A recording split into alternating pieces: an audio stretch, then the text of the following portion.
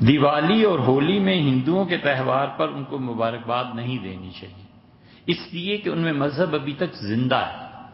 ہم نے جو کچھ بھی کہا تھا اس کا خلاصہ یہ تھا کہ مذہب کسی قوم میں زندہ ہوتا ہے، اور کسی قوم میں مذہب ریچولز میں آ جاتا ہے، سرکاری تقریبات میں آ جاتا ہے، ان کے نزدیک مذہب کی کوئی پرواہ نہیں ہوتی، جیسے کرسمس وغیرہ ہیں۔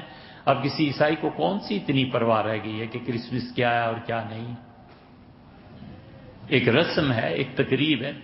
ہندو بڑے اہتمام سے دیوالی مناتے ہیں، ہولی مناتے ہیں، مندروں کو سجایا جاتا ہے اور وہاں پر باقاعدہ پوجا پاٹ کی جاتی، وہ زندہ مذاہب میں شمار ہوتا ہے۔ اس لیے ہرگز ہندوؤں کو ہولی اور دیوالی پہ مبارکباد نہیں دینی چاہیے۔ یہ باز کیسے لکھا ہے یار؟ ضاد سے ہوتا ہے اور اپنے زے سے لکھ دیا باز۔ ابھی تو نظر ٹھیک نہیں آ رہا، نہیں تو اور بھی غلطی پکڑتے۔ بعض اوقات وہ لوگ ہمیں ان تہواروں میں مبارکباد دیتے ہیں، تو ایسی صورت میں کیا جواب دینا چاہیے؟ پتہ نہیں، ہمیں نہیں معلوم کہ وہ کیا مبارکباد دیتے ہوں گے، کیا کرتے ہیں، ہمیں علم ہی نہیں ہے کہ ہندوؤں کے ایسے تہواروں میں کیا مبارکباد ہوتی ہے۔ لوگ چاکلیٹ اور ٹافیز کھلاتے ہیں، کیا اس چیز کا کھانا جائز ہے؟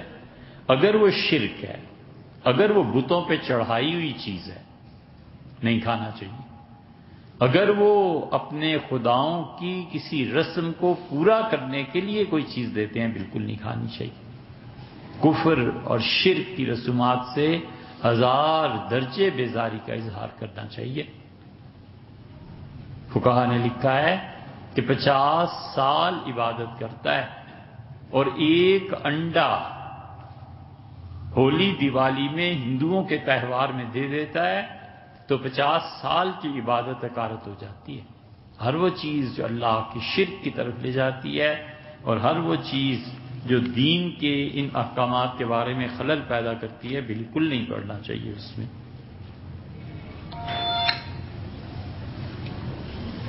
ذرا وہ دیجیے، یہ ہو گیا اب۔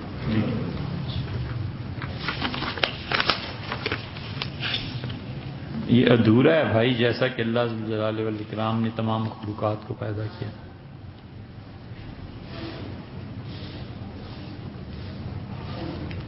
یہ کیا بات ہوئی بھائی؟